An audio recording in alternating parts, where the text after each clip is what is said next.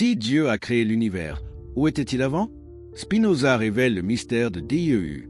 Avez-vous déjà ressenti ce vertige intellectuel en contemplant l'infini? Cette sensation troublante qui nous saisit quand nous tentons de comprendre ce qui existait avant le commencement de tout? Si vous êtes passionné par les grandes questions qui défient l'humanité depuis des millénaires, n'oubliez pas de vous abonner à cette chaîne pour ne manquer aucun moment de ces révélations extraordinaires qui bouleverseront votre vision du monde. D'ailleurs, dites-moi dans les commentaires de quel pays vous nous regardez et à quelle heure vous découvrez cette vidéo. Et si vous êtes sur votre téléphone portable, un petit geste sur le bouton j'aime nous aide énormément à faire découvrir ces contenus à plus de personnes qui, comme vous, cherchent des réponses aux mystères les plus profonds de l'existence. Imaginez un instant. Nous sommes en 1632 dans une petite maison sombre d'Amsterdam. Un enfant naît dans une famille de marchands juifs portugais, des réfugiés qui ont fui l'Inquisition espagnole. Cet enfant s'appelle Baruch Spinoza et ne sait pas encore qu'il va révolutionner à jamais notre compréhension de Dieu, de l'univers et de notre place dans cette réalité infinie. Mais qui aurait pu prédire qu'un simple polisseur de lentilles deviendrait l'un des penseurs les plus dangereux et les plus révolutionnaires de l'histoire humaine? La question qui nous obsède aujourd'hui, où Dieu était-il avant de créer l'univers, semblait avoir trouvé ses réponses dans les dogmes religieux de l'époque. Mais Spinoza, avec sa logique implacable et son courage intellectuel extraordinaire, allait démontrer que toutes ces réponses traditionnelles n'étaient que des illusions construites par notre imagination limitée. Comment un homme peut-il oser remettre en question des vérités considérées comme absolues pendant des siècles? Comment peut-on défier simultanément le christianisme, le judaïsme et l'islam avec une seule idée révolutionnaire? Spinoza nous montre que la vraie spiritualité commence là où s'arrêtent nos préjugés sur la nature divine. L'énigme de l'éternité divine. Dans les ruelles étroites d'Amsterdam du XVIIe siècle, pendant que les marchands négocient leurs épices et que les théologiens débattent dans leur synagogue, un jeune homme aux yeux perçants se pose une question qui va ébranler les fondements même de la pensée occidentale. Baruch Spinoza, encore adolescent, observe les rabbins de sa communauté expliquer la création du monde avec une assurance qui le trouble profondément. Pouvez-vous imaginer l'audace qu'il fallait à cette époque pour questionner l'autorité religieuse? Dans une société où remettre en cause les dogmes établis pouvait vous coûter la vie, ou, au minimum, l'excommunication et l'exclusion sociale totale, mais Spinoza possédait cette rare qualité des grands esprits, l'incapacité d'accepter des réponses insatisfaisantes, même si ces réponses étaient sanctifiées par des siècles de tradition. La question fondamentale qui le hantait était d'une simplicité désarmante, mais d'une profondeur vertigineuse. Si Dieu a créé l'univers, où se trouvait-il avant sa création? Cette interrogation, qui peut paraître naïve au premier regard, révèle en réalité l'une des contradictions les plus fondamentales de toute théologie créationniste. Pensez grec un instant. Comment concevoir un avant la création du temps lui-même? Si Dieu a créé le temps en même temps que l'univers, que signifie exactement avant dans ce contexte? N'est-ce pas là utiliser un concept temporel pour décrire une situation prétendument atemporelle? Cette contradiction logique révèle la profonde inadéquation de notre langage et de nos concepts quand nous tentons d'appréhender l'absolu. Les maîtres de la synagogue de Spinoza avaient leur réponse toute faite, héritée de siècles de traditions talmudiques. Dieu, disait-il, existe dans l'éternité, au-delà du temps et de l'espace. Il est le créateur transcendant qui, par un acte de volonté libre, a décidé de créer le monde ex nihilo, à partir du néant absolu. Mais le jeune Baruch, formé à la logique aristotélicienne et nourri de philosophie médiévale, percevait immédiatement les failles de ce raisonnement. Comment un être éternel et immuable peut-il soudainement décider de créer? Si Dieu est parfait et complet en lui-même, qu'est-ce qui pourrait le pousser à créer un monde imparfait? Et surtout, comment peut-on parler de décision ou de moment de création pour un être censé exister en dehors du temps? Ces questions ne quittaient plus l'esprit du futur philosophe, qui passait des heures dans la bibliothèque familiale à chercher des réponses dans les textes de Maïmonide, d'Averroès et d'autres grands penseurs. Mais c'est en découvrant les œuvres de Descartes que Spinoza trouve les outils conceptuels qui vont lui permettre de formuler sa révolution intellectuelle. René Descartes avait établi une méthode rigoureuse pour distinguer le vrai du faux, basée sur l'évidence rationnelle et la déduction logique. Spinoza va appliquer cette méthode avec une rigueur impitoyable à la question de la nature divine. La formation intellectuelle de Spinoza était exceptionnelle pour son époque. Élevé dans une famille de marchands cultivés, il maîtrisait parfaitement l'hébreu, le latin, le hollandais, l'espagnol et le portugais. Il avait étudié les textes sacrés, mais aussi les grands philosophes antiques et médiévaux. Cette érudition extraordinaire lui permettait de voir les connexions et les contradictions que d'autres ne percevaient pas. Mais ce qui distinguait vraiment Spinoza de ses contemporains, c'était son refus absolu de séparer la foi de la raison. Alors que la plupart des penseurs de son époque acceptaient qu'il puisse y avoir des vérités révélées inaccessibles à la raison humaine, Spinoza était convaincu que la vérité est une et indivisible. Si quelque chose est vrai par la foi, cela doit aussi être démontrable par la raison. Cette conviction allait le mener sur un chemin intellectuel qui le conduirait à l'excommunication et à l'exil. Les premières intuitions révolutionnaires de Spinoza émèrent de sa réflexion sur la nature de la substance. Influencé par Descartes, mais dépassant largement son maître, il comprend que si Dieu est véritablement infini, alors rien ne peut exister en dehors de lui. Cette idée, apparemment simple, va bouleverser toute la conception traditionnelle des rapports entre Dieu et le monde. Imaginez l'impact de cette révélation. Si rien ne peut exister en dehors de Dieu, alors le monde ne peut pas être quelque chose que Dieu crée de l'extérieur, mais doit être une expression ou une manifestation de la nature divine elle-même. Cette intuition va conduire Spinoza à formuler son équation révolutionnaire. Deus in natura, Dieu ou la nature, point, mais revenons à notre question initiale. Où Dieu était-il avant de créer l'univers? La réponse traditionnelle nous dit qu'il était dans l'éternité, dans un état de perfection absolue, contemplant sa propre essence. Mais cette réponse soulève immédiatement de nouvelles questions. Pourquoi un être parfait ressentirait-il le besoin de créer? Qu'est-ce qui pourrait manquer à la perfection divine pour qu'elle ressente le désir de se compléter par la création? Et puis, il y a cette question troublante de la localisation. Si l'espace a été créé en même temps que l'univers, où Dieu se trouvait-il avant sa création? La notion même de où présuppose l'existence de l'espace. Comment peut-on parler de localisation divine dans un contexte où l'espace n'existe pas encore? Cette contradiction révèle que notre question elle-même est peut-être mal posée, qu'elle repose sur des présupposés erronés sur la nature de Dieu et de la création. Spinoza passait des nuits entières à méditer sur ces paradoxes. Il arpentait les canaux gelés d'Amsterdam en hiver, cherchant dans la régularité des lois naturelles une clé pour comprendre l'ordre divin. Comment la nature peut-elle fonctionner avec une précision mathématique si elle est séparée de son créateur? N'y a-t-il pas là une indication que cette séparation elle-même est illusoire? L'environnement intellectuel d'Amsterdam au XVIIe siècle était particulièrement favorable à ce type de questionnement radical. La République hollandaise était l'un des rares endroits en Europe où une certaine liberté de pensée était tolérée. Des penseurs de toute l'Europe s'y réfugiaient pour échapper aux persécutions religieuses. Spinoza côtoyait des esprits libres qui, comme lui, refusaient d'accepter les vérités toutes faites. C'est dans ce contexte d'effervescence intellectuelle que Spinoza commence à formuler sa vision révolutionnaire. Il comprend que la question « Où Dieu était-il avant la création » révèle une conception anthropomorphique de Dieu, c'est-à-dire une projection sur la divinité de caractéristiques humaines comme la localisation spatiale et la temporalité.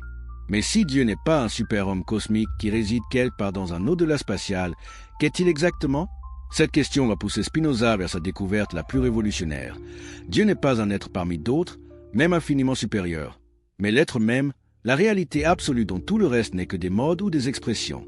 Cette intuition fondamentale va transformer complètement notre compréhension de la question initiale. Si Dieu est l'être absolu, alors il ne peut pas y avoir de avant la création, car cela impliquerait un moment où l'être absolu n'était pas tout à fait absolu, où quelque chose, l'univers créé, pouvait s'ajouter à lui. Cette contradiction logique révèle que notre conception habituelle de la création comme événement ponctuel dans le temps est fondamentalement erronée. La nature éternelle de Dieu selon Spinoza. L'année 1656 marque un tournant dramatique dans la vie de Baruch Spinoza. À 24 ans seulement, ce brillant étudiant de la communauté juive d'Amsterdam franchit un point de non-retour qui va transformer à jamais sa destinée, par ricochet, l'histoire de la philosophie occidentale. Mais qu'est-ce qui peut pousser un jeune homme promis à un avenir confortable dans le commerce familial à sacrifier sa sécurité, sa réputation et ses liens sociaux pour défendre des idées révolutionnaires? La réponse se trouve dans une conviction profonde qui s'est lentement cristallisée dans l'esprit de Spinoza au fil de ses études. L'impossibilité absolue de concilier la vision traditionnelle de Dieu avec les exigences de la raison. Cette conviction va le mener à formuler une conception de la divinité si radicale qu'elle va choquer ses contemporains et influencer la pensée occidentale jusqu'à nos jours. Pouvez-vous imaginer le courage qu'il faut pour affronter non seulement l'autorité religieuse de votre propre communauté, mais remettre en question les fondements même de toute la tradition théologique judéo-chrétienne? Spinoza ne se contente pas de critiquer tel ou tel aspect de la doctrine religieuse. Il s'attaque à la conception même de Dieu qui sous-tend toutes les religions monothéistes. Sa révolution intellectuelle commence par une analyse impitoyable du concept de substance. Qu'est-ce qui existe réellement? Qu'est-ce qui peut exister par soi-même sans dépendre d'autre chose pour son existence? Ces questions, qui peuvent paraître abstraites, vont conduire Spinoza à des conclusions d'une radicalité extraordinaire. Dans sa jeunesse, formé aux subtilités de la scolastique juive et chrétienne, Spinoza avait appris que Dieu est la substance suprême, l'être nécessaire dont tous les autres êtres dépendent pour leur existence. Mais cette conception traditionnelle implique une séparation fondamentale entre Dieu et le monde. Dieu existe par lui-même, dans sa perfection éternelle, tandis que le monde existe seulement par participation à l'être divin, comme une création externe à son créateur. C'est précisément cette séparation que Spinoza va remettre en question avec une logique implacable. Si Dieu est vraiment infini, se demande-t-il, comment peut-il y avoir quelque chose en dehors de lui? L'infini véritable ne peut pas être limité par l'existence d'autre chose, car alors il ne serait plus infini. Cette idée, d'apparence simple, va bouleverser toute la métaphysique traditionnelle. Mais comment en est-il arrivé à cette intuition révolutionnaire? L'histoire commence dans les années 1650, quand le jeune Spinoza fréquente les cercles intellectuels libres d'Amsterdam. Il rencontre notamment Franciscus van den Anden, un ancien jésuite devenu libre penseur, qui dirige une école privée où l'on enseigne le latin et la philosophie cartésienne.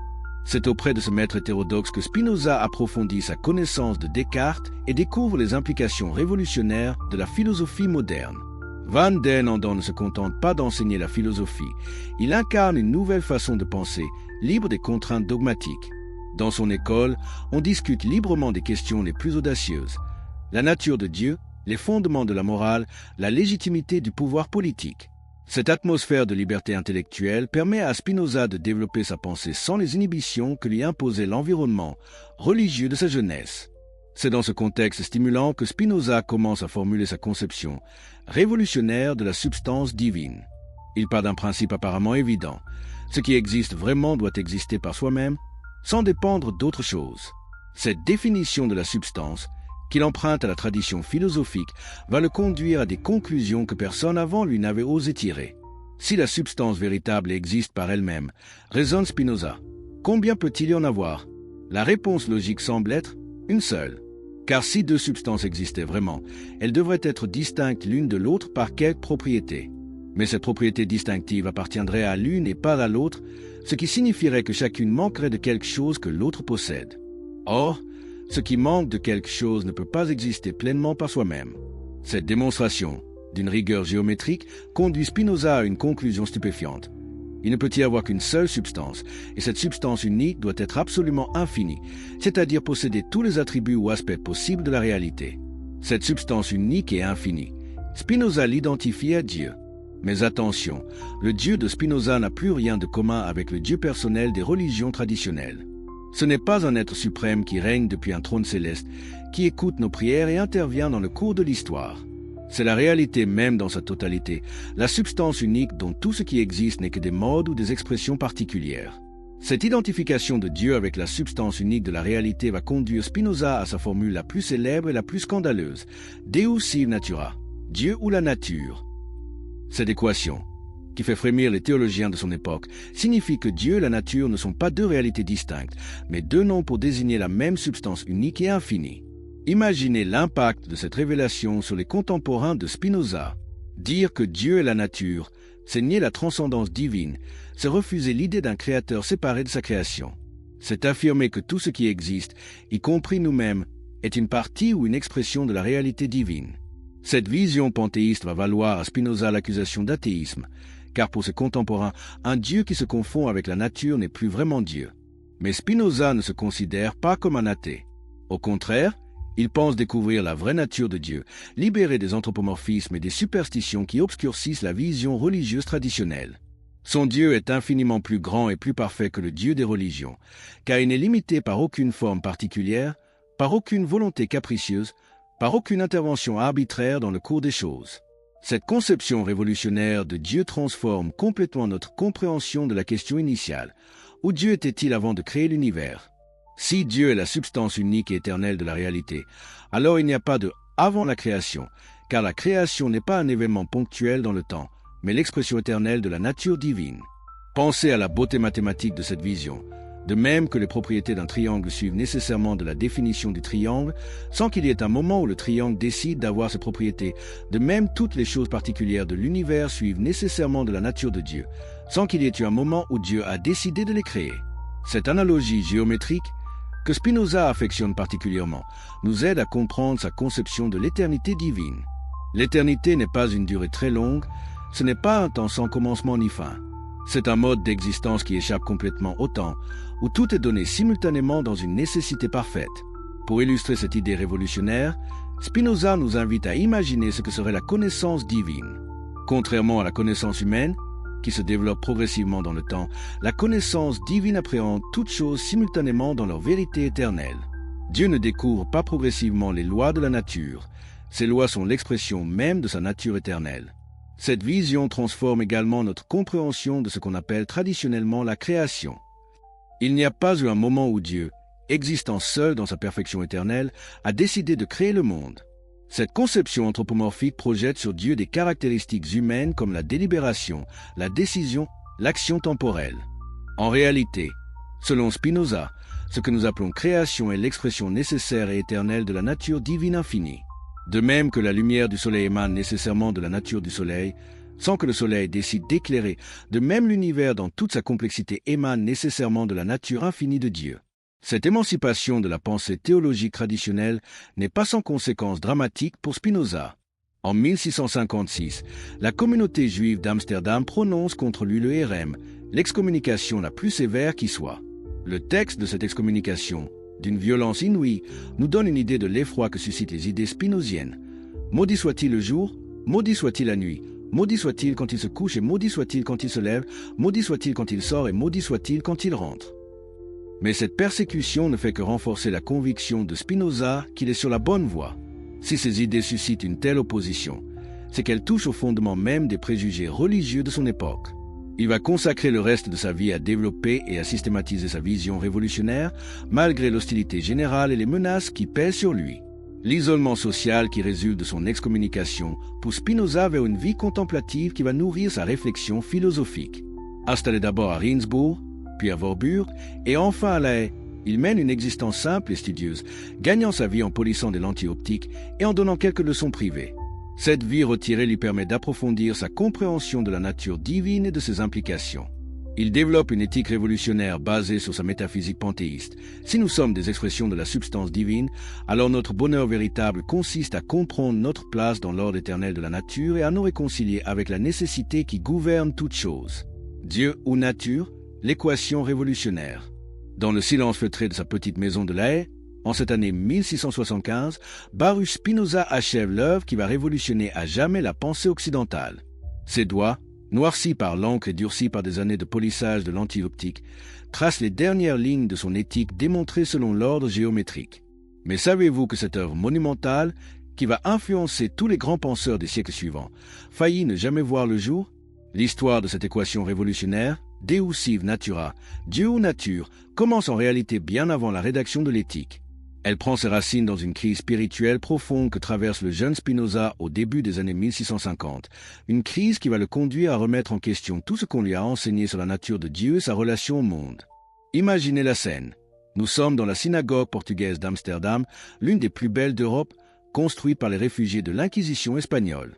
Le jeune Baruch, âgé d'une vingtaine d'années, assiste aux offices avec sa famille. Autour de lui, des centaines de fidèles récitent les prières traditionnelles, implorant un Dieu transcendant, maître absolu de l'univers, qui récompense les justes et punit les méchants. Mais quelque chose trouble profondément le jeune homme. Comment ce Dieu parfait et immuable peut-il éprouver des émotions humaines comme la colère ou la miséricorde? Comment peut-il changer d'avis en réponse aux prières? Et surtout, comment peut-il exister une séparation réelle entre ce Dieu infini et le monde fini qu'il a créé? Ces questions, qui agitent l'esprit de Spinoza, vont le conduire vers une révolution conceptuelle dont ses contemporains ne mesurent pas encore la portée. La première intuition révolutionnaire de Spinoza émerge de sa méditation sur l'infini. Si Dieu est vraiment infini, se dit-il, alors rien ne peut exister en dehors de lui, car l'existence de quelque chose d'extérieur à l'infini limiterait cet infini et le rendrait fini. Cette logique implacable va conduire Spinoza à une conclusion stupéfiante. Il ne peut pas y avoir de séparation réelle entre Dieu et le monde. Mais comment cette intuition va-t-elle se transformer en système philosophique cohérent? L'histoire nous ramène aux cercles intellectuels d'Amsterdam, où Spinoza rencontre des esprits libres qui, comme lui, refusent d'accepter les dogmes sans examen critique. C'est notamment auprès du médecin et philosophe Ludwig Meyer qu'il approfondit sa réflexion sur les rapports entre foi et raison. Meyer, homme de science autant que penseur, partage avec Spinoza une conviction fondamentale: la vérité ne peut pas être contradictoire. Si quelque chose est vrai par la foi, cela doit aussi être démontrable par la raison. Cette exigence de cohérence rationnelle va pousser Spinoza à examiner sans complaisance les dogmes religieux de son époque. C'est dans ce contexte d'effervescence intellectuelle que Spinoza commence à formuler sa théorie révolutionnaire de la substance. Influencé par Descartes mais dépassant largement son maître, il part d'une définition apparemment classique. La substance est ce qui existe en soi et est conçu par soi, c'est-à-dire ce qui n'a besoin de rien d'autre pour exister et être compris. Cette définition, acceptée par tous les philosophes de l'époque, va conduire Spinoza à des conclusions que personne avant lui n'avait osé tirer. Si la substance véritable existe par elle-même, combien peut-il y en avoir? La logique spinozienne est implacable. Il ne peut y en avoir qu'une seule. Car si deux substances existaient vraiment, elles devraient se distinguer par quelque attribut. Mais alors, chacune manquerait de l'attribut que possède l'autre et ne pourrait donc plus exister pleinement par elle-même. Cette démonstration rigoureuse conduit Spinoza à identifier la substance unique avec Dieu lui-même. Mais attention, ce Dieu n'a plus rien de commun avec le Dieu anthropomorphique des religions traditionnelles. C'est la réalité absolue dans sa totalité, ce que Spinoza appelle parfois la nature naturante, c'est-à-dire la nature considérée comme force productive éternelle. L'identification de Dieu avec la nature va choquer profondément les contemporains de Spinoza. Pour eux, cette équation revient à nier la transcendance divine et à sombrer dans un matérialisme athée. Mais Spinoza ne se considère nullement comme un athée. Au contraire, il pense révéler la vraie grandeur de Dieu en le libérant des limitations anthropomorphiques que lui imposent les religions traditionnelles. Le Dieu de Spinoza est infiniment plus parfait que le Dieu des théologiens, car il n'est soumis à aucune passion, à aucune volonté capricieuse, à aucune intervention arbitraire. Il est la nécessité même, l'ordre éternel et immuable selon lequel toutes choses existent et agissent. Cette conception déterministe de la divinité va révolutionner non seulement la théologie, mais aussi la physique, la psychologie et l'éthique. Mais comment Spinoza en est-il arrivé à cette vision si radicale? L'histoire nous révèle qu'il ne s'agit pas d'une illumination soudaine, mais du résultat d'une longue maturation intellectuelle, nourrie par l'étude des grands maîtres de la tradition philosophique. Spinoza a lu et médité Aristote, les stoïciens, les néoplatoniciens, Maïmonide, Averroès, Thomas d'Aquin, Duns Scott et bien d'autres. C'est notamment sa lecture approfondie de Maïmonide qui va influencer sa conception de Dieu. Le grand philosophe juif du XIIe siècle avait déjà souligné l'impossibilité de dire positivement ce qu'est Dieu. Nous ne pouvons que dire ce qui n'est pas. Cette théologie négative a inspiré Spinoza, mais il va la radicaliser en montrant que Dieu ne peut être conçu comme un être particulier, même infiniment parfait. L'influence d'Averroès est également décisive. Le philosophe arabe avait développé une théorie de l'intellect selon laquelle notre pensée individuelle participe à un intellect universel éternel. Spinoza va généraliser cette intuition. Tout ce qui existe participe à la substance divine unique, dont il n'est qu'un mode ou une expression particulière. Cette conception révolutionnaire transforme complètement notre compréhension de la relation entre Dieu et le monde. Il n'y a plus de création ex nihilo, c'est-à-dire à partir du néant. La création devient l'expression nécessaire et éternelle de la nature divine infinie. De même que les propriétés géométriques suivent nécessairement de l'essence des figures, de même toutes les choses particulières suivent nécessairement de la nature de Dieu. Cette analogie géométrique, que Spinoza développe tout au long de son œuvre, nous aide à comprendre ce qu'il entend par nécessité divine. Il ne s'agit pas d'une contrainte extérieure imposée aux choses, mais de leur nature même. Un triangle n'est pas obligé d'avoir ses angles égaux à deux droits. Ses propriétés découlent nécessairement de ce qu'il est. De même, l'univers dans toute sa complexité découle nécessairement de ce que Dieu est. Cette vision déterministe va profondément troubler les contemporains de Spinoza. Si tout arrive nécessairement, que devient la liberté humaine? Que devient la responsabilité morale? Ces objections, Spinoza les a anticipées et il va consacrer une grande partie de son éthique à montrer que la vraie liberté ne consiste pas dans l'illusion du libre arbitre, mais dans la compréhension de la nécessité qui nous gouverne. L'élaboration de cette philosophie révolutionnaire ne se fait pas sans résistance, y compris de la part d'amis proches. Quand Spinoza commence à exposer ses idées dans les cercles intellectuels d'Amsterdam, il suscite l'admiration mais aussi l'inquiétude. Ses amis chrétiens libéraux, comme Simon de Vries ou Jarry Gell, sont fascinés par la rigueur de son raisonnement, mais ils s'inquiètent des conséquences pratiques de ses théories. Comment vivre selon cette philosophie qui semble dissoudre la personnalité divine dans l'anonymat de la nécessité naturelle? Comment trouver un sens à l'existence humaine? si nous ne sommes que des modes éphémères de la substance éternelle? Ces questions existentielles vont pousser Spinoza à développer une éthique révolutionnaire fondée non plus sur l'obéissance à des commandements divins extérieurs, mais sur la compréhension de notre nature véritable. La correspondance de Spinoza avec ses amis et disciples nous révèle les difficultés qu'il rencontre pour faire accepter sa vision révolutionnaire. Beaucoup comprennent la logique de son raisonnement, mais reculent devant ses implications. Accepter que Dieu soit la nature, c'est renoncer à l'espoir d'une providence personnelle, d'une vie après la mort au sens traditionnel, d'une justice divine qui récompenserait les bons et punirait les méchants. Mais Spinoza ne recule pas devant ces conséquences. Il pense au contraire que sa philosophie offre une consolation supérieure à toutes les illusions religieuses. En comprenant que nous participons à l'éternité divine par notre pensée, nous accédons à une forme de béatitude qui ne dépend d'aucune promesse extérieure. Cette béatitude intellectuelle devient l'objectif suprême de l'éthique spinozienne. L'équation Deus sive natura ne signifie donc pas que Dieu n'existe pas, mais qu'il existe autrement que ne l'imaginent les religions traditionnelles. Il existe comme la réalité totale, comme l'être absolu dont nous faisons partie intégrante. Cette vision panthéiste va influencer profondément la pensée moderne, de Goethe à Einstein, en passant par les romantiques allemands et les transcendantalistes américains. Avez-vous déjà ressenti cette sensation troublante de contempler l'immensité du temps et de vous demander ce qui pouvait bien exister avant le commencement de tout?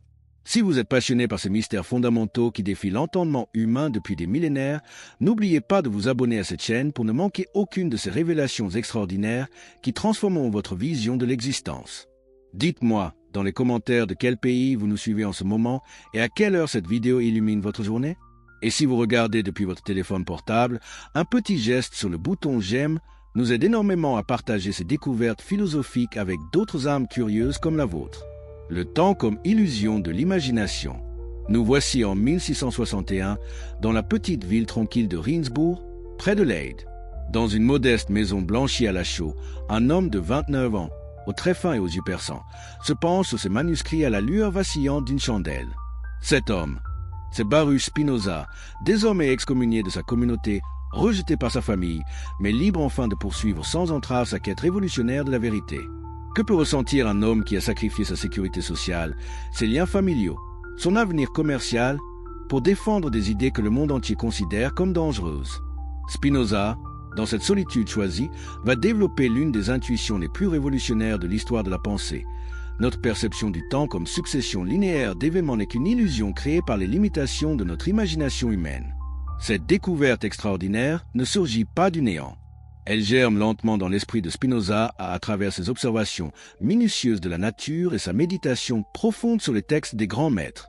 Mais comment un homme du XVIIe siècle peut-il anticiper des découvertes que la physique moderne ne confirmera qu'au XXe siècle avec Einstein et la relativité? L'histoire commence par une question apparemment simple que se pose Spinoza en observant le mouvement régulier des astres depuis sa fenêtre. Pourquoi notre esprit découpe-t-il spontanément le flux continu de l'existence en moments distincts, passé, présent, futur? Cette segmentation temporelle correspond-elle à quelque chose de réel dans la nature, ou n'est-elle qu'un artifice de notre conscience limitée? Pour comprendre cette interrogation révolutionnaire, il faut se replacer dans l'univers mental de l'époque. Au XVIIe siècle, la conception dominante du temps reste largement aristotélicienne. Le temps est le nombre du mouvement selon l'antérieur et le postérieur. Cette définition, qui peut paraître abstraite, influence profondément la théologie chrétienne et juive de l'époque. Selon cette vision traditionnelle, Dieu existe dans l'éternité, comprise comme un maintenant permanent qui englobe tous les temps. Mais cette éternité divine reste conçue par opposition au temps créé, comme son opposé ou son dépassement. Spinoza va montrer que cette opposition elle-même repose sur une compréhension erronée de la nature du temps. L'intuition géniale de Spinoza émerge de sa réflexion sur l'expérience humaine du temps. Observez votre propre conscience. Que percevez-vous réellement du temps? Jamais nous ne saisissons directement le passé ou le futur. Nous n'avons accès qu'à des traces présentes du passé, souvenirs, documents, vestiges et à des anticipations présentes de l'avenir, projets, craintes, espoirs. Cette observation phénoménologique conduit Spinoza à une hypothèse audacieuse. Et si le temps linéaire n'était qu'une construction de notre imagination, une façon pour notre esprit fini de structurer une réalité qui, en elle-même, échappe à cette temporalité successive? Pour développer cette intuition, Spinoza s'appuie sur sa théorie révolutionnaire de l'imagination. L'imagination, explique-t-il, est cette faculté par laquelle notre esprit associe des idées selon l'ordre où les objets correspondants ont affecté notre corps. Quand nous voyons le soleil, nous imaginons immédiatement qu'il se couchera le soir parce que notre corps a été habitué à cette succession régulière. Cette habitude de l'association temporelle conduit notre imagination à projeter partout des relations de succession causale. Nous imaginons que Dieu existe d'abord seul, puis décide de créer le monde, puis intervient dans l'histoire pour récompenser les justes et punir les méchants. Mais cette projection temporelle sur la divinité révèle seulement les limitations de notre perspective finie. L'exemple que choisit Spinoza pour illustrer cette illusion temporelle est saisissant. Imaginez, dit-il, que vous observiez une bataille depuis une colline éloignée. Vous voyez les mouvements des armées se succéder dans un ordre apparemment logique. Formation des troupes, chars de cavalerie, corps à corps, déroute de l'une des armées. Cette succession temporelle vous semble évidente et nécessaire. Mais imaginez maintenant que vous puissiez observer cette même bataille depuis une perspective divine, embrassant d'un seul regard tous les instants de cette bataille. Depuis cette perspective éternelle, il n'y aurait plus de avant ni après. Tous les moments de la bataille existeraient simultanément dans leur nécessité éternelle. Cette analogie nous aide à comprendre la révolution conceptuelle que propose Spinoza. Depuis notre perspective humaine limitée, nous percevons l'univers comme une succession d'événements se déroulant dans le temps. Mais depuis la perspective divine, c'est-à-dire depuis le point de vue de la réalité absolue, tout existe simultanément dans l'éternité. Cette conception révolutionnaire du temps transforme complètement notre compréhension de la question initiale. Où Dieu était-il avant de créer l'univers? Si le temps linéaire n'est qu'une illusion de notre imagination finie, alors la question elle-même révèle notre enfermement dans une perspective inadéquate sur la réalité. Mais comment Spinoza développe-t-il cette intuition en système philosophique cohérent? L'histoire nous révèle qu'il s'appuie sur une analyse subtile des différents genres de connaissances humaines. Notre imagination, qui perçoit les choses dans la succession temporelle, ne nous donne qu'une connaissance confuse et inadéquate de la réalité. Au-dessus de l'imagination, Spinoza distingue la raison, qui conçoit les choses selon leur relation éternelle de causalité nécessaire. La raison mathématique, par exemple, ne conçoit pas les propriétés géométriques comme se succédant dans le temps, mais comme découlant simultanément de l'essence des figures considérées. Enfin, au sommet de la hiérarchie cognitive, Spinoza place l'intuition intellectuelle, cette connaissance immédiate par laquelle l'esprit saisit directement l'essence éternelle des choses. Cette connaissance intuitive nous permet d'accéder à la perspective divine sur la réalité, perspective depuis laquelle toutes choses apparaissent dans leur nécessité éternelle. Point l'élaboration de cette théorie révolutionnaire ne se fait pas sans difficulté. Les amis et correspondants de Spinoza, même les plus sympathiques à sa philosophie, peinent à comprendre les implications de cette conception atemporelle de la réalité. Comment peut-on vivre humainement en niant la réalité du temps vécu? Simon de Vries, l'un des disciples les plus fidèles de Spinoza, lui écrit en 1663 une lettre troublante. « Maître, si tout existe éternellement dans la nécessité divine, que devient notre expérience du changement, du progrès, de l'espoir? Comment pouvons-nous donner un sens à nos efforts si tout est déjà déterminé dans l'éternité ?» La réponse de Spinoza révèle toute la subtilité de sa pensée. Il ne s'agit pas de nier notre expérience temporelle, mais de la comprendre dans sa véritable nature. Elle révèle les motivations psychologiques et sociales qui conduisent les théologiens à défendre une doctrine si manifestement contradictoire. Selon Spinoza, la doctrine de la création ex nihilo répond à un besoin anthropomorphique profond, celui de concevoir Dieu sur le modèle de l'artisan humain qui façonne ses œuvres à partir d'une matière préexistante. Mais comme cette analogie limite la toute-puissance divine, les théologiens imaginent un artisan si parfait qu'il pourrait créer même la matière de son œuvre. Cette projection anthropomorphique révèle notre difficulté fondamentale à concevoir une causalité vraiment divine, c'est-à-dire une causalité qui ne soit pas modelée sur l'action humaine. Nous imaginons Dieu délibérant, décidant, agissant dans le temps, parce que nous ne pouvons concevoir d'autres formes de causalité que celles que nous expérimentons en nous-mêmes. Mais cette anthropomorphisation de Dieu conduit à des conséquences théologiques désastreuses. Si Dieu crée par un acte de volonté libre, pourquoi a-t-il choisi de créer ce monde-ci plutôt qu'un autre? Pourquoi a-t-il créé un monde imparfait, marqué par la souffrance et le mal? Ces questions, qui tourmentent la théodicée traditionnelle, révèlent les apories de la doctrine créationniste. La solution que propose Spinoza est aussi élégante que révolutionnaire. Au lieu de concevoir la création comme un événement ponctuel dans le temps, il faut la comprendre comme l'expression éternelle et nécessaire de la nature divine infinie. Cette expression n'est pas libre au sens où elle pourrait ne pas avoir lieu, mais elle est libre au sens où elle ne dépend que de la nature divine elle-même.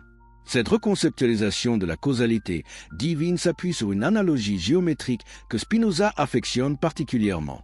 De même que les propriétés du triangle découlent nécessairement de son essence sans qu'il y ait jamais eu un moment où le triangle a décidé d'avoir ces propriétés, de même toutes les choses particulières découlent nécessairement de l'essence divine sans qu'il y ait eu un moment de décision créatrice. Cette nécessité éternelle ne diminue en rien la perfection divine. Au contraire, elle l'exalte en montrant que Dieu agit toujours selon sa nature la plus parfaite, sans être déterminé par des considérations extérieures ou des motifs contingents. La liberté divine consiste précisément dans cette pure autodétermination, sans contrainte externe. Mais comment cette philosophie révolutionnaire s'élabore-t-elle concrètement dans l'existence quotidienne de Spinoza? Les témoignages de ses contemporains nous révèlent un homme d'une simplicité et d'une régularité extraordinaires, consacrant ses matinées à la méditation philosophique, ses après-midi au polissage de lentilles optiques, ses soirées à la correspondance avec ses amis et disciples. Cette vie contemplative, apparemment retirée du monde, nourrit en réalité une réflexion d'une portée universelle. Dans le silence de son atelier, manipulant avec précision ses instruments optiques, Spinoza médite sur les lois éternelles qui gouvernent aussi bien le comportement de la lumière que les passions humaines et les mouvements des astres. L'analogie entre son travail artisanal et sa réflexion philosophique n'est pas fortuite. De même qu'il faut respecter scrupuleusement les lois de l'optique pour obtenir une lentille parfaite, de même il faut respecter rigoureusement les lois de la logique pour accéder à la vérité philosophique. Dans les deux cas, aucune improvisation arbitraire n'est possible. Tout doit suivre l'ordre nécessaire de la nature.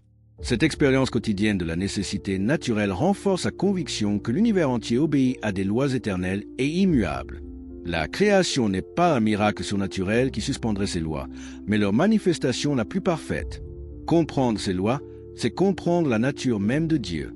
Cette philosophie de la nécessité universelle va susciter de nombreuses résistances, y compris parmi les amis de Spinoza.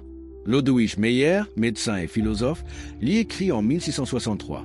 « Mon cher Baruch, si tout est nécessaire, comment justifier notre indignation face au mal, notre admiration pour le bien, nos efforts pour améliorer le monde ?» La réponse de Spinoza révèle toute la subtilité de sa pensée éthique. La nécessité universelle ne supprime pas la distinction entre le bien et le mal, mais la transforme. Le bien n'est plus ce qui plaît à une volonté divine arbitraire, mais ce qui favorise l'épanouissement de notre nature. Le mal n'est plus une transgression d'un commandement extérieur, mais ce qui entrave notre développement personnel et social. Cette reconceptualisation éthique libère l'action humaine de la culpabilité et de la peur qui paralysent souvent la morale traditionnelle. Nous ne sommes plus des créatures déchues, coupables d'avoir offensé leur Créateur, mais des expressions finies de la perfection divine, appelées à réaliser leur nature la plus authentique. Cette vision optimiste de la condition humaine nourrit l'engagement social discret mais réel de Spinoza. Bien qu'il vit retiré du monde, il entretient une correspondance suivie avec les intellectuels progressistes de son époque, encourage les recherches scientifiques de ses amis, soutient moralement et financièrement les victimes de l'intolérance religieuse. Sa philosophie de la nécessité divine ne conduit donc pas au fatalisme, mais à une forme supérieure d'engagement. Agir en comprenant sa place dans l'ordre universel, coopérer avec les lois de la nature au lieu de les combattre vainement, trouver sa liberté dans l'acceptation intelligente de ce qui ne peut être changé et dans l'action efficace sur ce qui peut l'être. La menthe divine et la connaissance éternelle. En ce matin glacial de janvier 1677, dans sa modeste demeure de l'Aie, Spinoza ressent les premières atteintes de la maladie qui va l'emporter quelques semaines plus tard. Mais son esprit, loin de s'affaiblir, atteint dans ces derniers moments une lucidité extraordinaire. Il travaille fébrilement à la correction des dernières épreuves de son éthique, cette œuvre monumentale qui va révolutionner notre compréhension de la conscience humaine et de sa relation à l'intellect divin.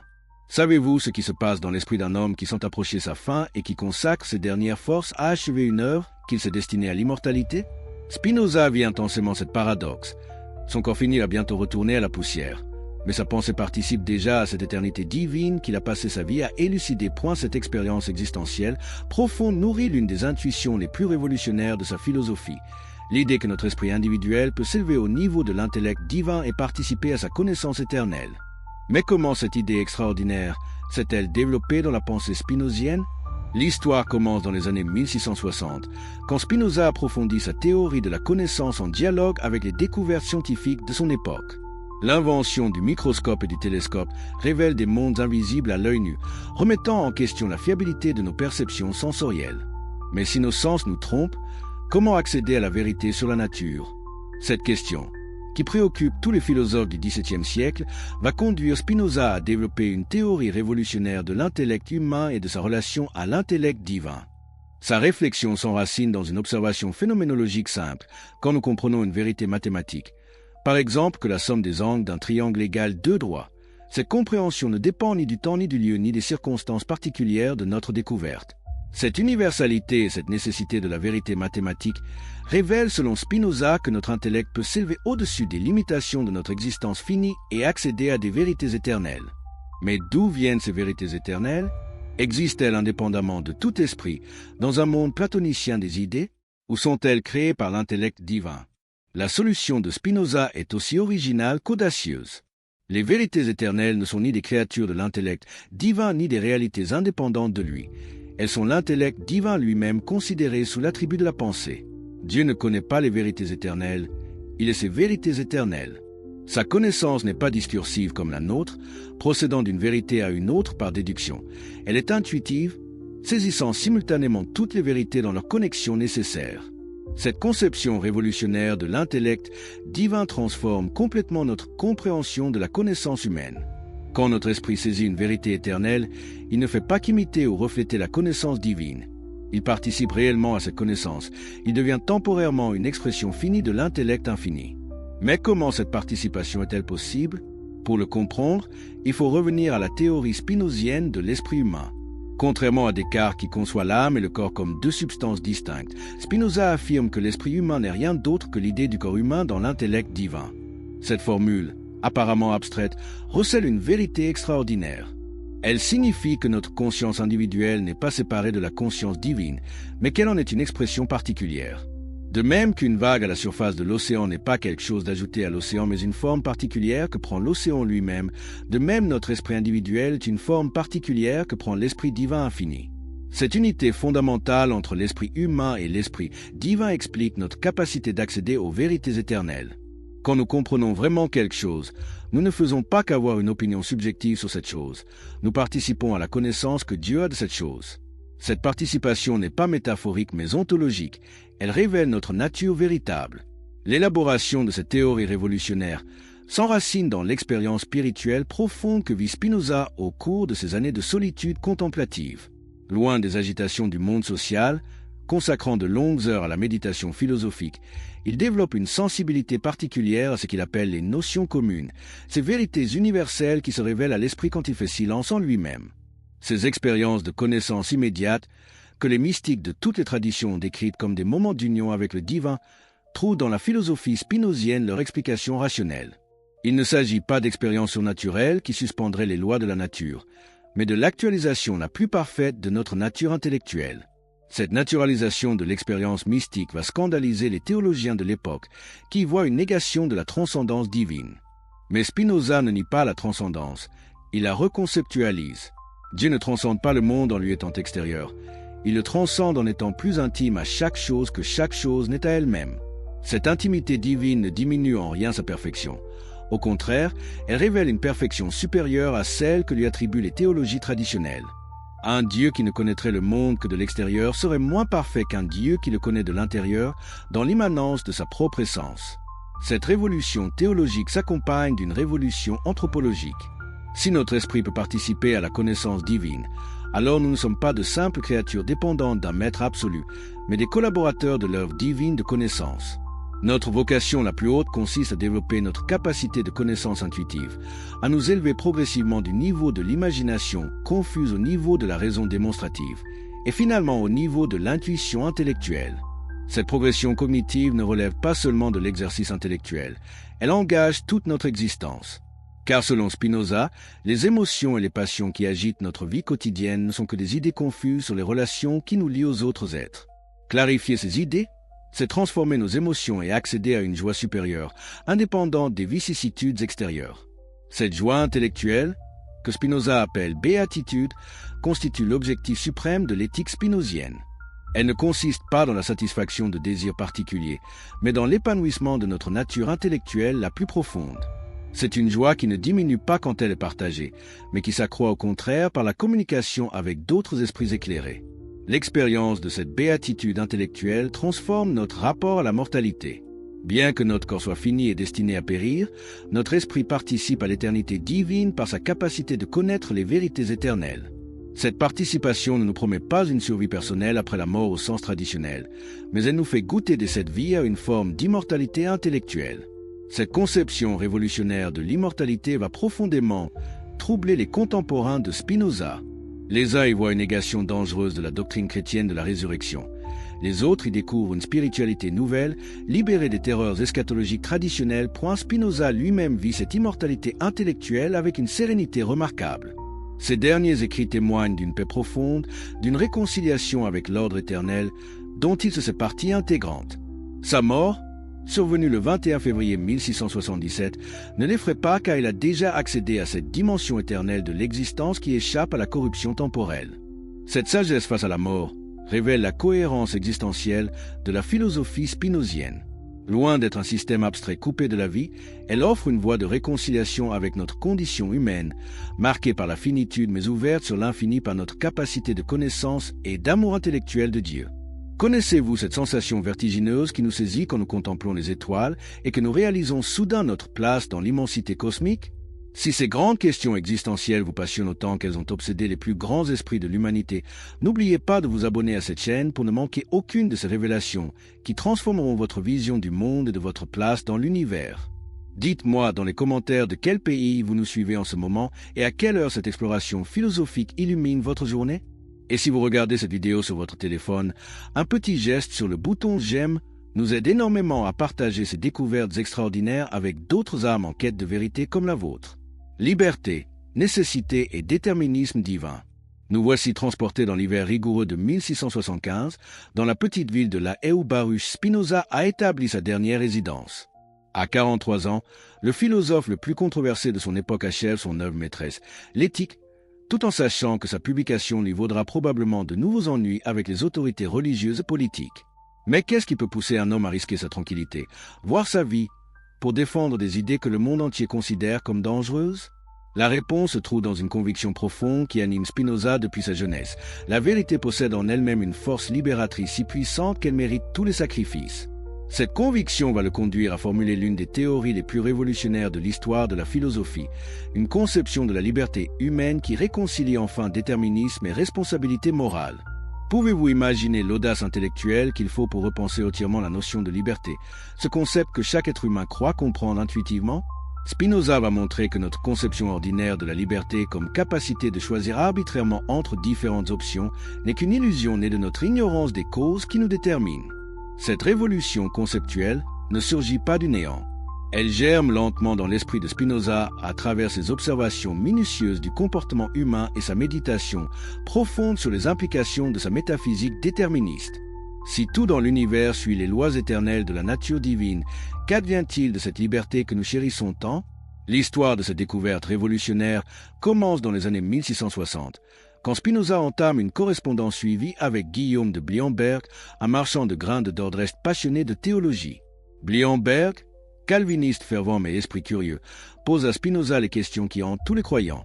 Si Dieu détermine tout, comment peut-il punir le péché? Si nous ne sommes pas libres, comment pouvons-nous être responsables de nos actes? Ces interrogations, apparemment simples, révèlent en réalité l'une des contradictions les plus profondes de la théologie traditionnelle. D'un côté, elle affirme la toute-puissance divine et sa providence universelle. De l'autre, elle maintient la liberté humaine et la responsabilité morale. Comment concilier ces deux exigences apparemment incompatibles? La solution traditionnelle consiste à distinguer différents types de causalité. La causalité divine qui détermine l'ordre général de l'univers et la causalité libre de la volonté humaine qui peut choisir entre le bien et le mal. Mais cette solution satisfait-elle vraiment l'exigence rationnelle? Comment une cause finie peut-elle échapper à la détermination de la cause infinie? C'est précisément cette pseudo-solution que Spinoza va soumettre à une critique impitoyable. Sa démonstration s'appuie sur une analyse phénoménologique rigoureuse de ce que nous appelons libre arbitre. Observez attentivement vos propres décisions. Que percevez-vous réellement de votre liberté de choisir? Prenons un exemple concret. Vous hésitez entre deux options. Disons entre rester chez vous ce soir ou sortir voir des amis. Vous avez l'impression de peser les arguments pour et contre chaque option, puis de décider librement. Mais cette impression de liberté révèle-t-elle la réalité du processus décisionnel? Spinoza invite à examiner plus attentivement ce qui se passe dans votre esprit durant cette délibération. D'où viennent les arguments que vous pesez? De votre éducation, de vos expériences passées, de votre humeur du moment, de 1000 facteurs dont la plupart vous échappent. Votre décision finale n'est-elle pas simplement le résultat nécessaire de la confrontation entre toutes ces déterminations? Cette analyse révèle que ce que nous appelons libre arbitre n'est que l'ignorance des causes qui nous déterminent. Nous nous croyons libres parce que nous connaissons nos désirs, mais ignorons les causes de ces désirs. Cette illusion est si puissante que même les philosophes les plus rigoureux ont peine à s'en défaire. Pour illustrer cette illusion de la liberté, Spinoza propose une analogie saisissante. Imaginez une pierre qui tomberait et qui serait douée de conscience. Cette pierre pourrait très bien s'imaginer qu'elle choisit de tomber, qu'elle désire se rapprocher du sol, qu'elle décide de sa trajectoire. Son ignorance des lois de la gravitation lui donnerait l'illusion d'une liberté qu'elle ne possède pas réellement. Cette analogie révèle l'anthropomorphisme qui fausse notre conception de la liberté. Nous projetons sur nos actions la même structure temporelle que sur nos délibérations conscientes. D'abord l'indétermination, puis la décision, enfin l'action. Mais cette temporalité de la conscience ne correspond pas nécessairement à l'ordre réel de la causalité naturelle. Mais attention, Spinoza ne nie pas la liberté humaine. Il la reconceptualise de manière révolutionnaire. La vraie liberté ne consiste pas dans l'illusion du libre arbitre, mais dans la compréhension adéquate des causes qui nous déterminent. Plus nous comprenons les lois de notre nature, plus nous devenons capables d'agir selon cette nature au lieu de subir passivement les déterminations extérieures. Cette conception révolutionnaire de la liberté s'enracine dans l'expérience personnelle profonde que vit Spinoza au cours de ses années de formation intellectuelle. Élevé dans une famille pieuse, formé aux subtilités de la théologie rabbinique, il a d'abord accepté sans question la doctrine traditionnelle du libre arbitre. Mais l'observation attentive de ses propres motivations va progressivement ébranler cette conviction, point l'histoire nous raconte qu'à l'âge de 20 ans, Spinoza traverse une crise spirituelle profonde qui va transformer sa vision de l'existence. Promis à reprendre l'entreprise familiale d'importation, il ressent une répugnance croissante pour le commerce et une attirance irrésistible pour l'étude philosophique. Cette tension entre devoir social et vocation intellectuelle lui révèle concrètement la complexité de la motivation humaine. D'où vient cette passion pour la philosophie qui transforme progressivement toute son existence? Spinoza comprend qu'elle ne résulte pas d'un choix arbitraire de sa volonté, mais de sa nature profonde aux prises avec les circonstances particulières de son époque et de son milieu. Cette prise de conscience existentielle nourrit sa réflexion théorique sur la liberté et la nécessité. L'élaboration de sa théorie révolutionnaire se nourrit également de sa fréquentation des cercles intellectuels d'Amsterdam, où il rencontre des esprits libres qui, comme lui, tentent de concilier déterminisme scientifique et responsabilité morale. Les découvertes de Galilée et de Descartes ont révélé que la nature obéit à des lois mathématiques rigoureuses. Comment intégrer l'être humain dans cette vision mécaniste du monde sans le réduire à une simple machine? La solution de Spinoza révèle toute l'originalité de son génie philosophique. L'être humain est bien soumis aux lois universelles de la nature, mais ces lois ne sont pas des contraintes extérieures qui s'imposeraient à lui malgré lui. Elles sont l'expression même de sa nature la plus profonde. Nous ne sommes libres que quand nous agissons selon notre nature authentique, et nous sommes esclaves quand nous subissons des déterminations qui contrarient cette nature. Cette reconceptualisation de la liberté transforme complètement la morale traditionnelle. Il ne s'agit plus d'obéir à des commandements extérieurs sous peine de châtiment divin, mais de réaliser sa nature véritable pour accéder au bonheur authentique. Le bien n'est plus ce qui plaît à une volonté divine arbitraire, mais ce qui favorise l'épanouissement de notre essence propre. Le mal n'est plus transgression d'un interdit, mais ignorance de notre vraie nature. Cette éthique révolutionnaire va susciter de nombreuses résistances, y compris parmi les amis de Spinoza. Henry Oldenburg, secrétaire de la Royal Society de Londres et correspondant fidèle du philosophe, lui écrit en 1675 « Mon cher Spinoza, votre philosophie détruit les fondements même de la morale et de la religion. Si nous ne sommes pas libres, pourquoi lutter contre le vice? Pourquoi cultiver la vertu ?» La réponse de Spinoza révèle toute la subtilité de sa pensée éthique. La nécessité universelle ne supprime pas la distinction entre vertu et vice, mais la fonde plus solidement. La vertu devient l'expression harmonieuse de notre nature, le vice une forme de servitude qui nous empêche de réaliser notre essence. Cette distinction ne repose plus sur l'arbitraire d'une volonté divine, mais sur la connaissance rationnelle de ce qui nous convient vraiment. Cette naturalisation de l'éthique libère l'action morale de la culpabilité et de la peur qui paralyse souvent la conscience religieuse traditionnelle. Nous n'avons plus à craindre les châtiments d'un juge divin capricieux, mais nous devons comprendre les conséquences naturelles de nos actions et agir en conséquence. Cette responsabilité éclairée est plus exigeante que l'obéissance aveugle, mais aussi plus libératrice. L'application de ce principe révolutionnaire à l'existence quotidienne transforme la vie de Spinoza lui-même. Libéré des angoisses religieuses de sa jeunesse, réconcilié avec l'ordre éternel de la nature, il développe cette sérénité remarquable que tous ses contemporains soulignent. Cette paix intérieure ne résulte pas d'une résignation passive, mais d'une acceptation active de sa place dans l'univers. Cette sagesse spinozienne face au déterminisme universel va profondément influencer la pensée moderne. De Goethe à Einstein, en passant par les romantiques allemands et les existentialistes français, nombreux sont les grands esprits qui puiseront dans cette philosophie de la nécessité créatrice une inspiration pour repenser la condition humaine. Mais revenons à notre question initiale. Où Dieu était-il avant de créer l'univers? La conception spinozienne de la liberté divine transforme complètement cette interrogation.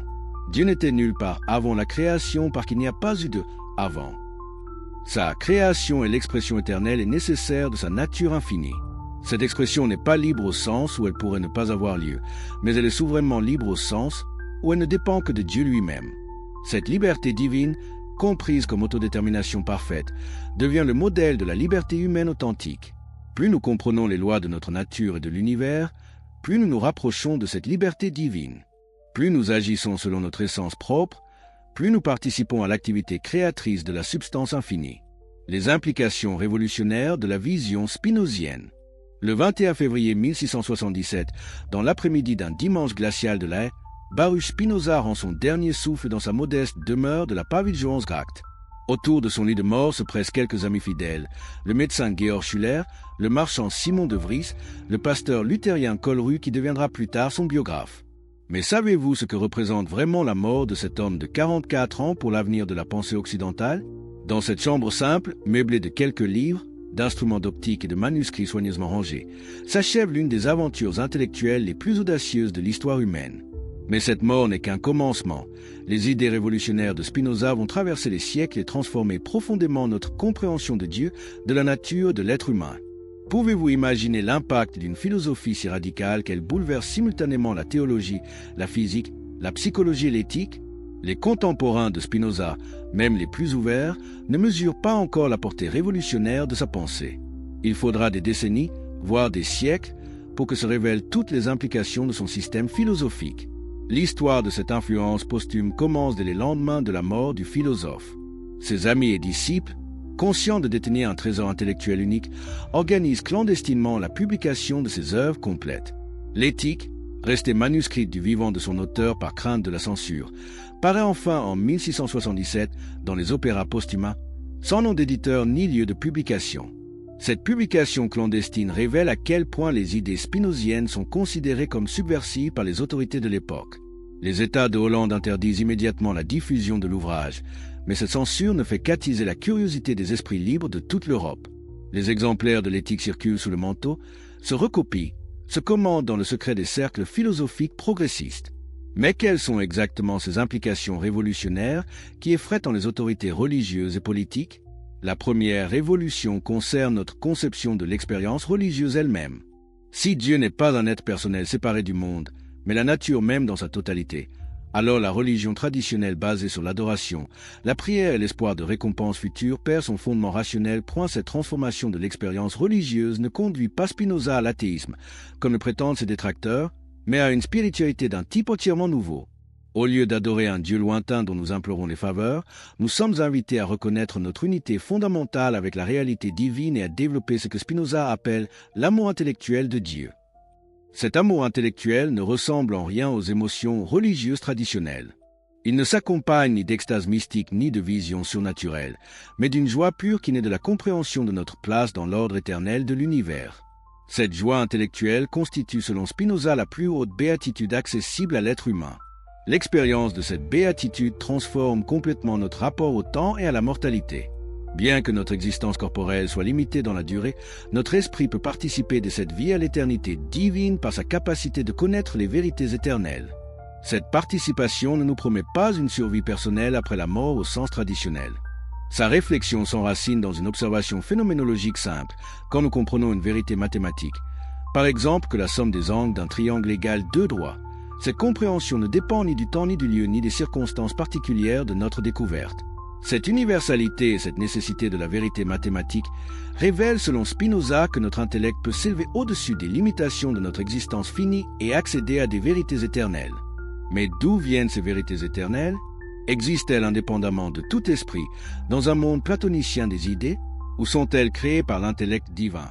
La solution de Spinoza est aussi originale qu'audacieuse. Les vérités éternelles ne sont ni des créatures de l'intellect divin ni des réalités indépendantes de lui. Elles sont l'intellect divin lui-même considéré sous l'attribut de la pensée. Dieu ne connaît pas les vérités éternelles, il est ces vérités éternelles.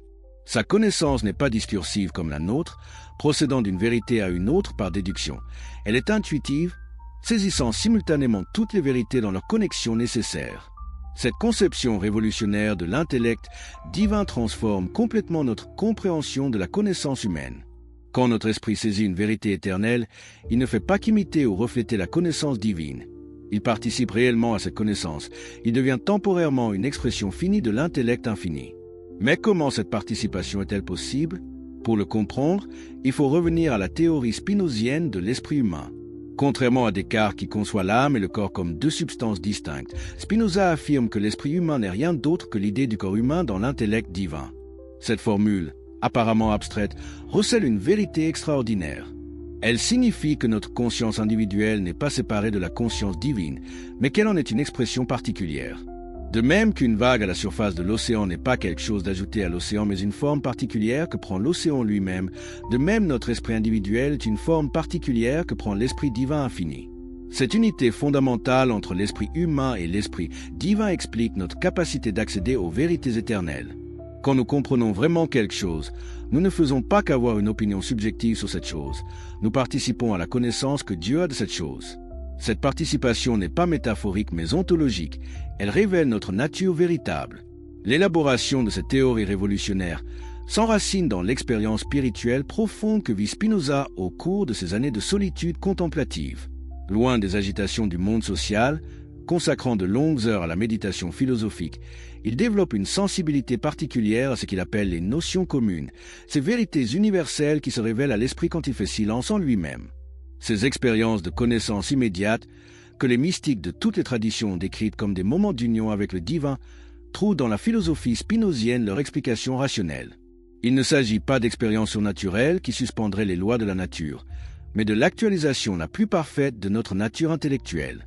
Cette naturalisation de l'expérience mystique va scandaliser les théologiens de l'époque qui y voient une négation de la transcendance divine. Mais Spinoza ne nie pas la transcendance, il la reconceptualise. Dieu ne transcende pas le monde en lui étant extérieur. Il le transcende en étant plus intime à chaque chose que chaque chose n'est à elle-même. Cette intimité divine ne diminue en rien sa perfection. Au contraire, elle révèle une perfection supérieure à celle que lui attribuent les théologies traditionnelles. Un Dieu qui ne connaîtrait le monde que de l'extérieur serait moins parfait qu'un Dieu qui le connaît de l'intérieur dans l'immanence de sa propre essence. Cette révolution théologique s'accompagne d'une révolution anthropologique. Si notre esprit peut participer à la connaissance divine, alors nous ne sommes pas de simples créatures dépendantes d'un maître absolu, mais des collaborateurs de l'œuvre divine de connaissance. Notre vocation la plus haute consiste à développer notre capacité de connaissance intuitive, à nous élever progressivement du niveau de l'imagination confuse au niveau de la raison démonstrative, et finalement au niveau de l'intuition intellectuelle. Cette progression cognitive ne relève pas seulement de l'exercice intellectuel, elle engage toute notre existence. Car selon Spinoza, les émotions et les passions qui agitent notre vie quotidienne ne sont que des idées confuses sur les relations qui nous lient aux autres êtres. Clarifier ces idées, c'est transformer nos émotions et accéder à une joie supérieure, indépendante des vicissitudes extérieures. Cette joie intellectuelle, que Spinoza appelle béatitude, constitue l'objectif suprême de l'éthique spinozienne. Elle ne consiste pas dans la satisfaction de désirs particuliers, mais dans l'épanouissement de notre nature intellectuelle la plus profonde. C'est une joie qui ne diminue pas quand elle est partagée, mais qui s'accroît au contraire par la communication avec d'autres esprits éclairés. L'expérience de cette béatitude intellectuelle transforme notre rapport à la mortalité. Bien que notre corps soit fini et destiné à périr, notre esprit participe à l'éternité divine par sa capacité de connaître les vérités éternelles. Cette participation ne nous promet pas une survie personnelle après la mort au sens traditionnel, mais elle nous fait goûter de cette vie à une forme d'immortalité intellectuelle. Cette conception révolutionnaire de l'immortalité va profondément troubler les contemporains de Spinoza. Les uns y voient une négation dangereuse de la doctrine chrétienne de la résurrection.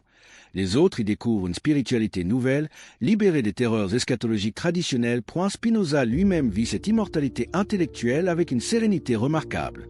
Ces derniers écrits témoignent d'une paix profonde, d'une réconciliation avec l'ordre éternel, dont il se fait partie intégrante.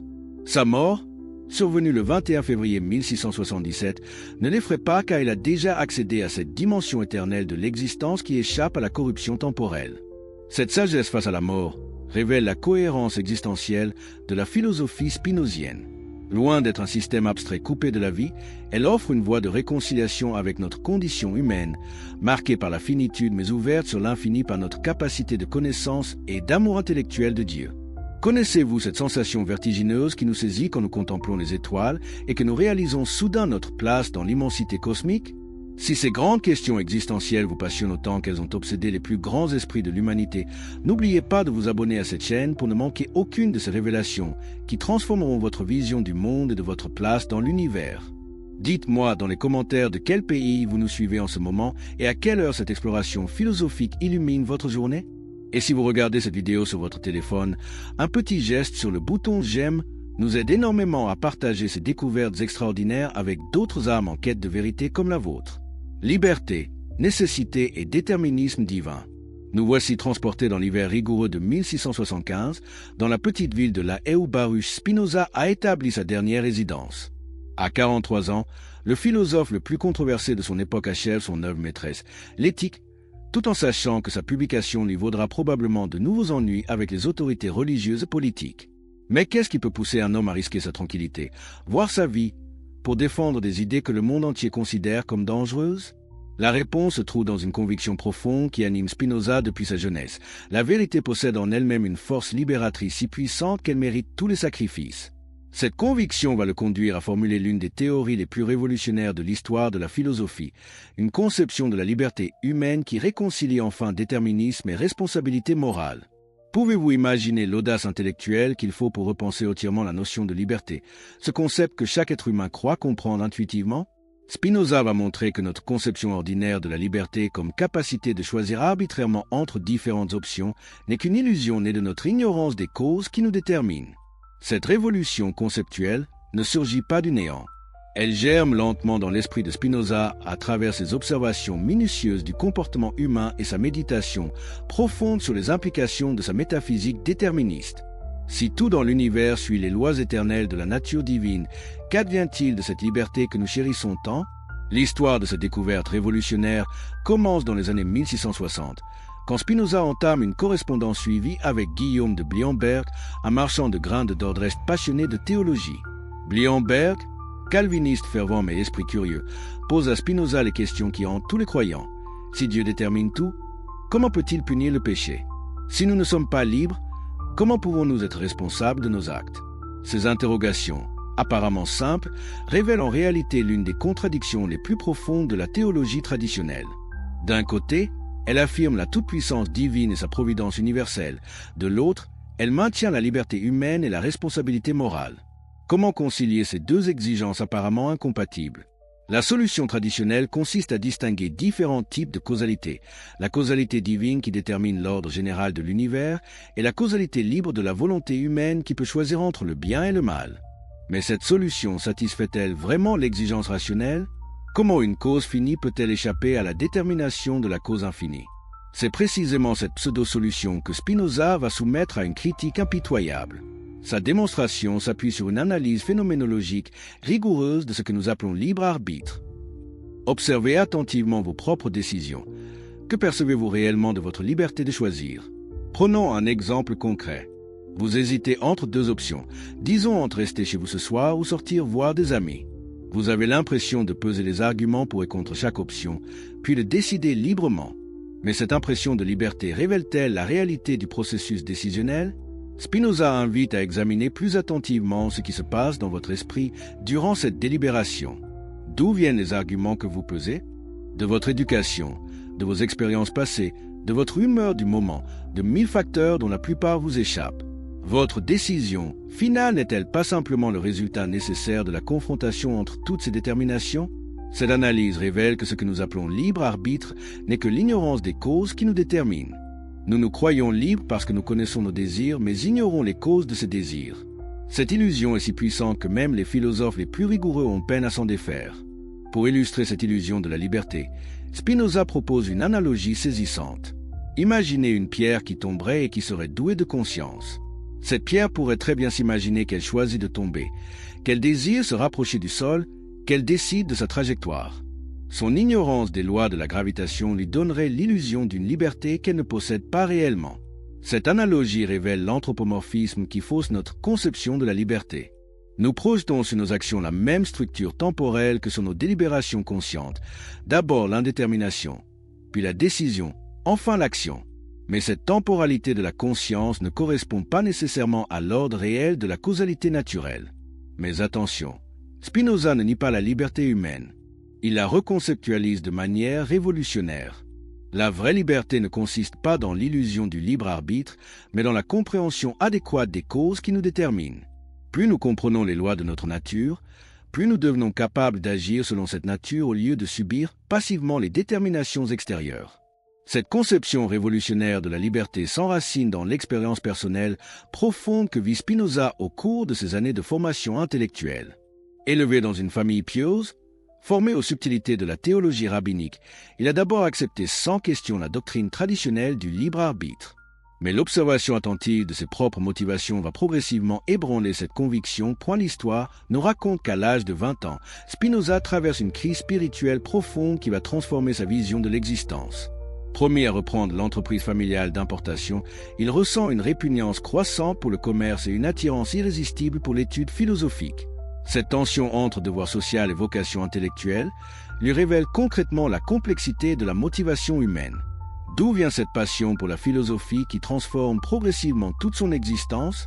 Spinoza comprend qu'elle ne résulte pas d'un choix arbitraire de sa volonté, mais de sa nature profonde aux prises avec les circonstances particulières de son époque et de son milieu. Cette prise de conscience existentielle nourrit sa réflexion théorique sur la liberté et la nécessité. L'élaboration de sa théorie révolutionnaire se nourrit également de sa fréquentation des cercles intellectuels d'Amsterdam, où il rencontre des esprits libres qui, comme lui, tentent de concilier déterminisme scientifique et responsabilité morale. Les découvertes de Galilée et de Descartes ont révélé que la nature obéit à des lois mathématiques rigoureuses. Comment intégrer l'être humain dans cette vision mécaniste du monde sans le réduire à une simple machine? La solution de Spinoza révèle toute l'originalité de son génie philosophique. L'être humain est bien soumis aux lois universelles de la nature, mais ces lois ne sont pas des contraintes extérieures qui s'imposeraient à lui malgré lui. Elles sont l'expression même de sa nature la plus profonde. Nous ne sommes libres que quand nous agissons selon notre nature authentique, et nous sommes esclaves quand nous subissons des déterminations qui contrarient cette nature. Cette reconceptualisation de la liberté transforme complètement la morale traditionnelle. Il ne s'agit plus d'obéir à des commandements extérieurs sous peine de châtiment divin, mais de réaliser sa nature véritable pour accéder au bonheur authentique. Le bien n'est plus ce qui plaît à une volonté divine arbitraire, mais ce qui favorise l'épanouissement de notre essence propre. Le mal n'est plus transgression d'un interdit, mais ignorance de notre vraie nature. Cette éthique révolutionnaire va susciter de nombreuses résistances, y compris parmi les amis de Spinoza. Henri Oldenburg, secrétaire de la Royal Society de Londres et correspondant fidèle du philosophe, lui écrit en 1675 « Mon cher Spinoza, votre philosophie détruit les fondements même de la morale et de la religion. Si nous ne sommes pas libres, pourquoi lutter contre le vice? Pourquoi cultiver la vertu ?» La réponse de Spinoza révèle toute la subtilité de sa pensée éthique. La nécessité universelle ne supprime pas la distinction entre vertu et vice, mais la fonde plus solidement. La vertu devient l'expression harmonieuse de notre nature, le vice une forme de servitude qui nous empêche de réaliser notre essence. Cette distinction ne repose plus sur l'arbitraire d'une volonté divine, mais sur la connaissance rationnelle de ce qui nous convient vraiment. Cette naturalisation de l'éthique libère l'action morale de la culpabilité et de la peur qui paralyse souvent la conscience religieuse traditionnelle. Nous n'avons plus à craindre les châtiments d'un juge divin capricieux, mais nous devons comprendre les conséquences naturelles de nos actions et agir en conséquence. Cette responsabilité éclairée est plus exigeante que l'obéissance aveugle, mais aussi plus libératrice. L'application de ce principe révolutionnaire à l'existence quotidienne transforme la vie de Spinoza lui-même.